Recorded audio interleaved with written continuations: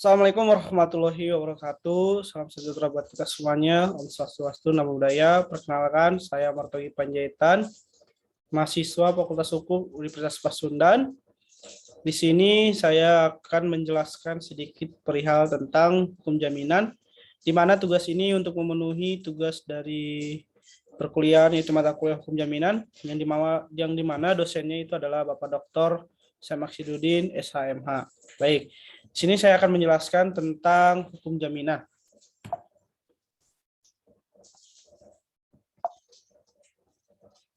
Nah, kita tahu bahwa hukum jaminan itu, kalau kita bicara hukum jaminan, kita berbicara tentang KUHP Perdata, khususnya di buku 2.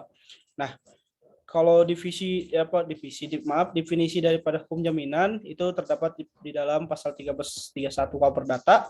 Di sana dikatakan bahwa segala barang-barang bergerak dan tidak bergerak milik debitur, baik yang sudah atau maupun akan datang, menjadi jaminan untuk perikatan-perikatan per orang debitur itu. Nah, alhasil berdasarkan pasal ini, menurut saya seluruh harta benda seseorang otomatis menjadi jaminan hutang atau khusus dalam perjanjian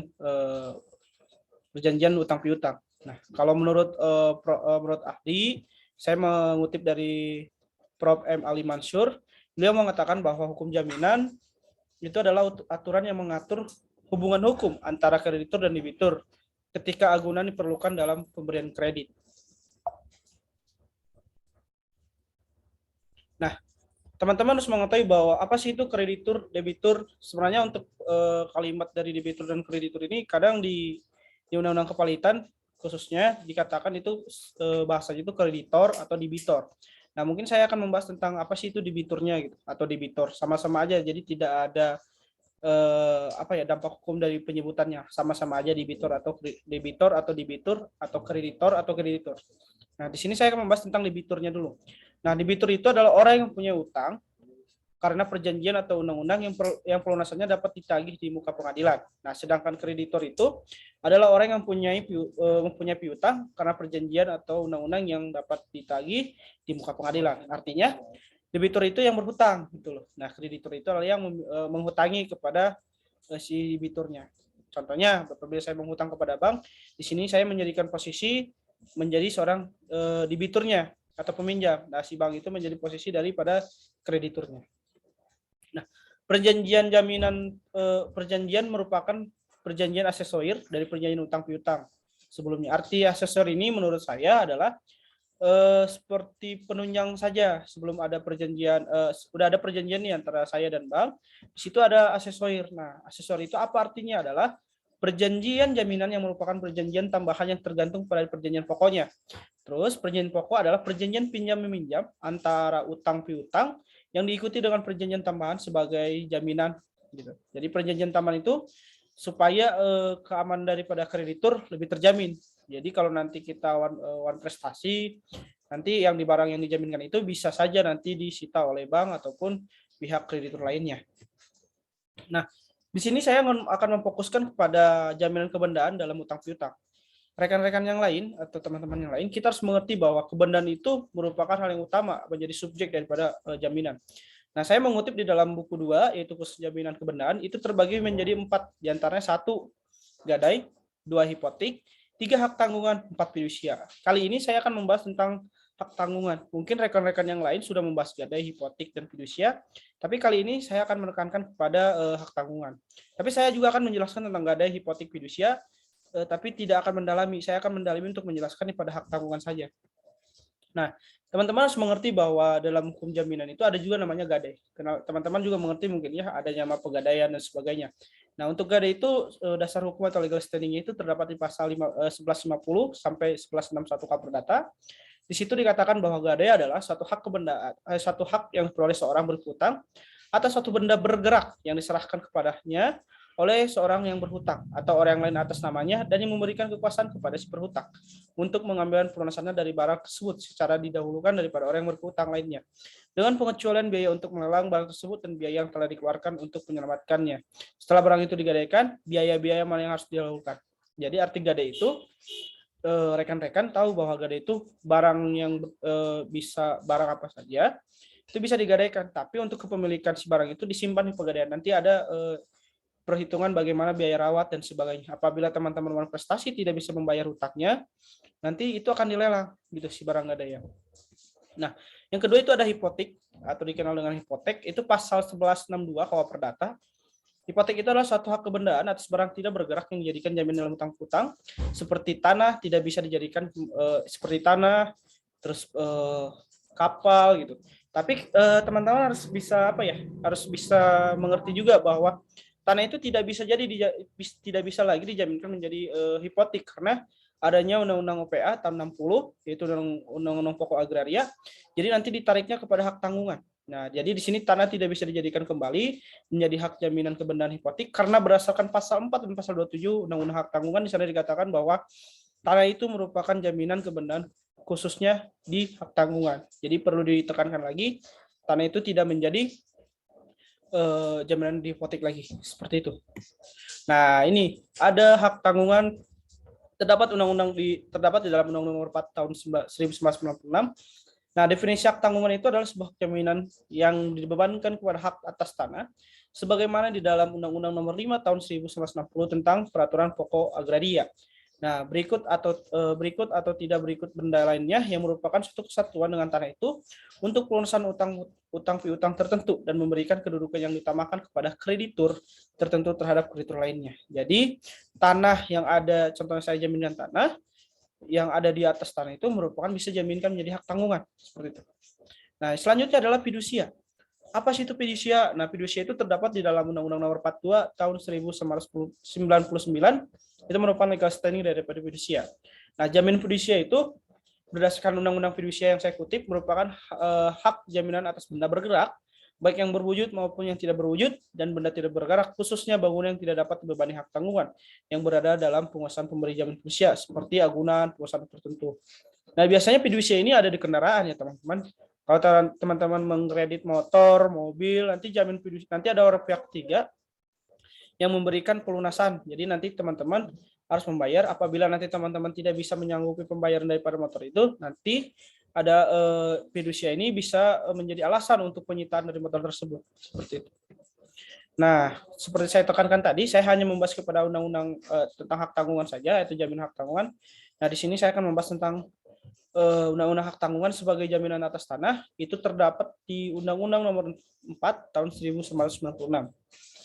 Nah, yang menjadi objek hak tanggungan itu kan meliputi tanah, lahan beserta benda lain menjadi bagian dari lahan tersebut. Selain bangunan atau properti dibuat secara permanen. Nah, terdapat benda-benda lain termasuk seperti tanaman dan lainnya, dan yang pokoknya yang bersangkutan gitu dengan tanah itu. Nah, apabila terdapat beberapa benda tanah yang merupakan milik pihak lain, kreditur, maka secara bersama-sama pihak tersebut, yaitu debitur dan kreditur sebagai pemilik benda, harus menandatangani APHT. Jadi kalau ada tanah nih, terus ada rumah, terus ada benda-benda lain, itu kita harus mengurus dulu APHT-nya. Nah, APHT itu nanti saya jelaskan. Nah, sebelum masuk ke APHT, kita harus mengerti dulu cara mengeksekusi hak tanggungan itu seperti apa gitu. Ya kan? Kita kan berbicara tentang utang piutang, pasti ada eksekusi. Nah, sebenarnya untuk mengeksekusi hak tanggungan ini dilaksanakan seperti eksekusi putus pengadilan. Jadi ada dibuat dulu somasi pertama, somasi kedua, somasi ketiga. Apabila nanti tidak bisa, nanti ada namanya pelelangan. Ya, itu biasanya untuk pelelangan tanah dan sebagainya itu adanya di kalau di pengadilan itu ada namanya KPKNL. Jadi untuk berwenang untuk pelelangan. Nah, lanjut. Ya, saya akan buat ilustrasi tentang kasus hak tanggungan. Nah, jadi Anda tuh sebagai konsumen atau debitur, saya buat ilustrasi, itu saya contohnya. Saya menjadi seorang kreditur. Nah, saya itu mengajukan ke bank dengan nilai contohnya 800 juta, ya kan? Nah, pihak bank di sini memiliki peran sebagai pemberi kredit, akan meminta Anda menyarankan jaminan berupa tanah dan rumah tersebut. Nah, saya akan memberikan kayak SHM-nya dan sebagainya. Nah, selanjutnya pihak bank akan menyimpan sertifikat itu, yaitu atas milik tanah rumah saya, kepada bank sebagai jaminan kreditur. Nah, tapi benar-benar harus membayar kayak gitu ya catatannya. Nah, demikian jika nantinya saya tidak bisa membayar kredit itu saat jatuh tempo, atau kredit saya macet gitu ya, wan prestasi dan sebagainya, mungkin kan nggak tahu apa opermah atau seperti apa, maka saya penjualan benda itu bisa dilelang gitu, atas tanah dan rumahnya. Yang dimaksud penjualan tanah itu dan rumah tersebut diberikan kepada bank. Jadi saya itu berhak hanya mendapatkan sisanya gitu loh. Jadi contohnya utang saya 800 juta, dalam kesepakatan itu bunga dan sebagainya jadi 850 juta, sedangkan rumah itu 1 miliar. Nah, sisa dari 850 juta itu saya bayarkan dulu ke bank 850 juta dan sisanya buat ke saya. Itu seperti itu. Jadi ilustrasinya itu rumah dan tanah akan dijual, contohnya 900 juta ya kan. Ini ilustrasi yang saya buat sih. Nah, terus sementara kredit bank saya itu 800 juta. Maka bank hanya mengambil sejumlah 800 juta dan kemudian sisanya sebesar 100 juta itu menjadi milik saya, seperti itu. Jadi teman-teman harus mengerti, jangan asal main menjaminkan hak tanggungan. Apabila teman-teman nanti tidak bisa membayar, ya rumah Anda atau tanah Anda ya dijual gitu, dilelang untuk pembayaran utang. Nah, objek hak tanggungan balik lagi. Hak tanggungan itu pada pasal 4 ayat 2, ayat 1, ayat 2 dan 4 itu dari satu hak milik, hak guna usaha, hak guna bangunan, dan hak pakai atas tanah negara yang menurut ketentuan berlaku wajib didaftar dan menurut sifatnya dapat dipindah tangankan, yaitu hak atas tanah berikut bangunan, tanaman, dan hasil karya yang telah ada akan merupakan suatu kesatuan dengan tanah tersebut dan merupakan milik pemegang hak atas tanah yang sebenarnya tegas akan dinyatakan dalam akta pemberian hak atas tanah. Nah, sebenarnya objek hak tanggungan ini balik lagi tadi sebelum dicabut di dalam Undang-Undang KUH Perdata bahwa dulu tuh tanah itu sebagai potik. Tapi karena adanya Undang-Undang hak tanggungan ini dicabut berdasarkan pasal 4 ayat 1 dan 2 dan 4. Jadi tanah itu menjadi beralihnya kepada hak tanggungan setelah adanya Undang-Undang Nomor 5 tahun 1960 tentang Undang-Undang Pokok Agraria. Nah, di sini juga kita tahu bahwa tanah itu seperti kalimat yang ini, bahwa tanah itu ada yang di bawahnya itu seperti emas dan sebagainya, itu tetap yang menyangkut dengan tanah, baik itu di dalam itu ada emas, ada perak dan sebagainya, itu tidak itu menjadi tetap menjadi objek tanggungan. Jadi tidak ada dasar karena tanah itu dulu ya kita nggak tahu bahwa dalamnya ada emas, terus kita gugat, nggak bisa, karena kan sudah berdasarkan pasal ini bahwa hak tanah baik yang di dalamnya itu ada emas dan sebagainya itu bisa menjadikan objek dari hak tanggungan. Nah, untuk cara pendaftaran hak tanggungan, teman-teman hanya menyiapkan daripada sertifikat asli baik dari SHM-nya kayak gitu ya. Terus nanti teman-teman ke APHT.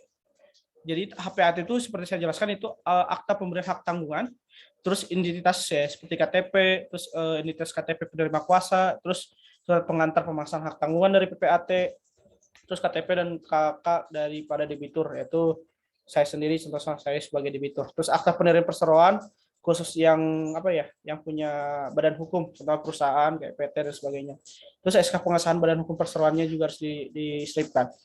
Nah, setelah Anda melengkapi seluruh persyaratan yang ada untuk mengajukan hak tanggungan, barulah Anda bisa mengikuti tata cara pendaftaran hak tanggungan seperti di bawah ini. 1. Teman-teman datang ke PPAT atau notaris, terus membuat APHT. APT itu adalah akta pemberian hak tanggungan. Terus sudah itu APHT, sudah permohonan pendaftaran dapat diajukan ke Badan Pertanahan, itu ke BPN. Nanti itu ada formulirnya disiapkan kayak formulir itu. Nanti teman-teman tinggal masuk aja ke BPN. Terus teman-teman langsung membayar pendaftaran hak tanggungan itu disebutnya PNBP, yaitu penerimaan negara bukan pajak, sesuai surat perintah setor, yaitu SPS di kantor pertanahan. Jadi teman-teman nanti bayar pajak tentang hak tanggungan ini. Lanjut. Nah, di sini saya akan membahas perihal tentang bagaimana sih hapus hak tanggungan. Sebenarnya hapus hak tanggungan itu gampang. Apabila Anda menghutang kepada kreditur, ya tinggal Anda bayar, sebenarnya hapus. Cuma di sini ada beberapa sesuai dengan pasal 18 ayat 1 Undang-Undang Tanggungan, diantaranya seperti 1. Hapusnya utang piutang yang dijamin dengan hak tanggungan. 2. Dilepaskannya hak tanggungan oleh pemegang hak tanggungnya. 3. Pembersih hak tanggungan berdasarkan penetapan peringkat oleh ketua atau pengadilan negeri. Selanjutnya, hapus hak tanah yang dibebani hak tanggungan. Jadi, apabila teman-teman ingin menghapus hak tanggungan, ya tinggal dilelang, dijual. Itu khusus yang prestasi atau yang terjanji. Yang selanjutnya ya teman-teman membayar utangnya seperti itu. Nah, itu mungkin dari konklusinya adalah berbicara hak tanggungan itu berbicara tanah. Terus untuk penghapusannya sama-sama aja tetap membayar utang. Jadi dari kesimpulan materi saya itu hukum jaminan itu sangat banyak, tapi saya hanya menekan kepada jaminan kebendaan. Terima kasih, mungkin segitu dari presentasi saya. Maaf apabila ada kata-kata salah ataupun kurang berkenan, khusus dalam pemberian materi. Apabila teman-teman ingin sharing dengan saya tentang materi ini, bisa kontak person saya. Terima kasih. Selamat malam. Assalamualaikum warahmatullahi wabarakatuh.